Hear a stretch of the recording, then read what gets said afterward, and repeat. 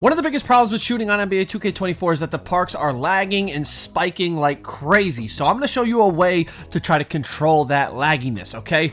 If you're on PlayStation, it's very simple. You go into your features, and we're basically going to go into settings, scroll all the way down, and we're going to turn off crossplay. It's very easy on PlayStation. Now, for my Xbox players, it's a bit more complicated. Like I said, you're going to need to go over to your settings, your actual Xbox settings, okay? Under General, there's going to be Online, Safety, and Family. You're going to enter there.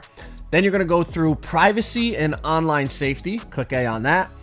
Xbox Privacy is what you're looking for. Then you're going to scroll down. You're going to go down to View Details and Customize. After accessing that, you're going to see Online Status and History, Profile, Friends and Clubs, and then Communication and Multiplayer is what you're looking for here. Communication and Multiplayer. Then you're going to scroll over to You Can Join Cross-Network Play. And you're going to be able to set this to allow or block. Now, supposedly the recent patch that dropped a few hours before me uploading this video is supposed to address that stutter problem in the park. Whether or not it actually does fix the problem, we don't know yet. I haven't been able to test it, and a lot of people haven't been on the game yet. So I wanted to keep this in here just in case that stutter problem is still there.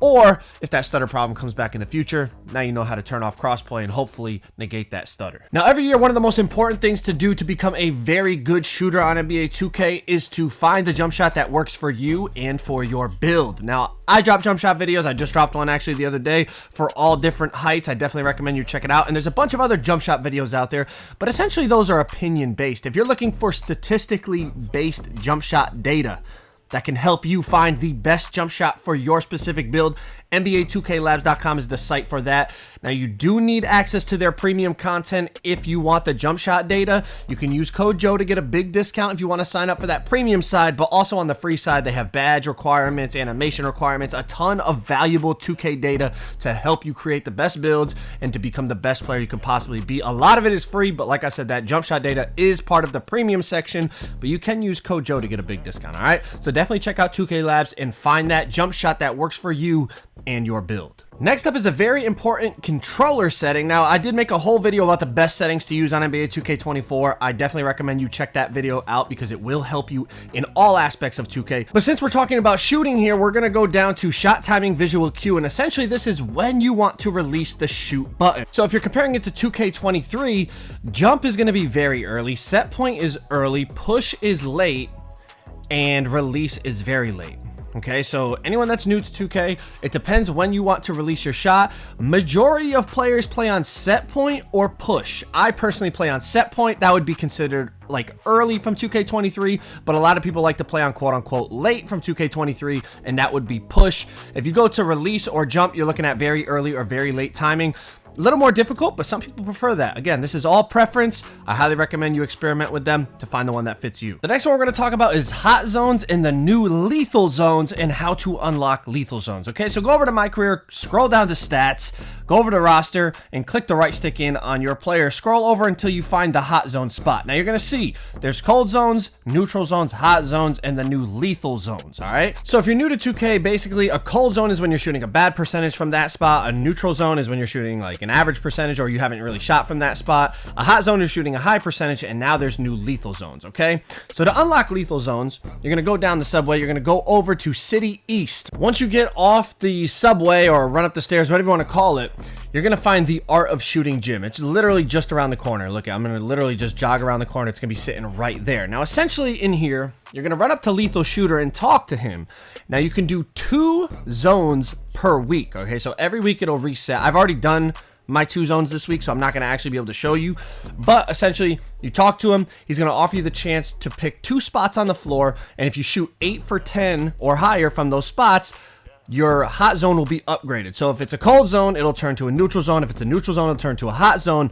Or the new thing is if it's a hot zone already, which you can unlock hot zones in My Career Park, and that's what I recommend you do, unlock the hot zone, and then let's say when I did the drill, if I chose to do the left wing right there, I'd be able to have the chance to shoot 8 for 10 or higher, and it would turn into a purple zone. This week I did top of the key and my right wing. You see those are purple, so those are going to be like extra boosted percentage wise. They're going to make it a lot easier to shoot from those spots. But you know, some people come in here and I see them, they do it to take away a cold spot like I have right there just on the right side of the paint or something. I would not waste it. You can get rid of those in my career, no problem.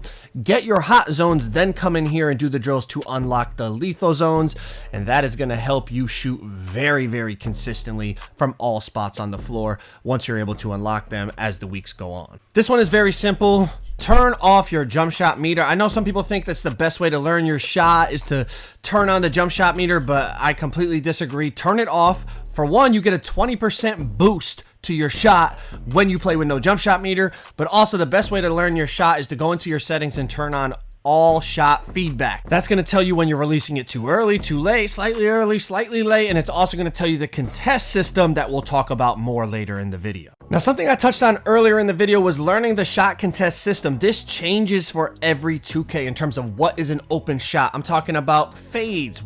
You know, how far does the defender have to be away from you for it to be open? It might depend on your level of blinders badge. I'm also talking about crabs. Find how much do they need to be behind you? Can they be on your hip? Experiment with shots and turn on that shot feedback for all shots. So every time you shoot the ball, you see, was I wide open? Was I open? Was it, a 5% contest? Was it a 50%, 100% contest? You're going to learn the shot contest system with that shot feedback on and shooting different shots. By learning that shot contest system, you're going to learn what shots are open, right? A late closeout, against a defender that's shorter than you, against a defender that doesn't have the right stick pushed up so his hand isn't in the air. Learn what shots are open and what shots are contested for your build. That's going to help your percentage because you're going to be taking better shots every time you play. The next tip I have for you is to build momentum, and this works for multiple reasons, okay? The first thing, you're building your takeover meter, which boosts your attributes even before you activate takeover, right? You're getting quote unquote hot, or you're getting quote unquote cold if you start missing shots early. There's also a thing in the game called shooting slump, and you definitely want to avoid that. In terms of what it actually does, there's a big debate going on, but it ain't good, okay? So take your early easy buckets, even if they're layups or dunks or wide open catch and shoots. Take those, build momentum, start to build that takeover meter, get quote unquote hot, and then of course, if you build enough momentum and you get takeover, you could pop sharp takeover, which is really, really overpowered right now. You could shoot full court shots, you could shoot any type of fades, and it opens up your green window and the range that you could shoot from tremendously. So build momentum, one, to avoid getting cold and avoid that shooting slump, but also two, to start to get hot, and then of course to build your takeover is going to make it much easier to shoot the ball. Now there are in-game items that can help you shoot better, okay? What I mean by this is, the first example is the affiliation that you join. If you join Elite, you get a shooting and defending boost. So just by joining Elite, you automatically are getting shooting boosts. And as you progress through the levels of rookie, veteran, etc., I think the higher you get, the more that shooting boost increases. I could be wrong about that, but I'm pretty sure that's how it works. But either way, you get a shooting boost for joining Elite. The next thing is, and I know it sucks, it costs VC, but jump shot boosts, they're still in the game, and yes, they absolutely do help you shoot better. I mean, every top level player, if they're going into a competitive game for Pro-Am or for stage or for a wager or anything like that, they're going to buy jump shot boost because it does help. Some people don't buy it for the park games, when they're just having fun, but it does help you if that's something that you want to spend VC on. And last but not least, there are in-game items like arm sleeves and sweatbands that help you see +1 block, +1 close shot, and then +1 mid-range. I'm rocking the +1 mid-range right now because on this Kobe build, I like to shoot a lot of fades in the mid-range and crazy spin shots and all that.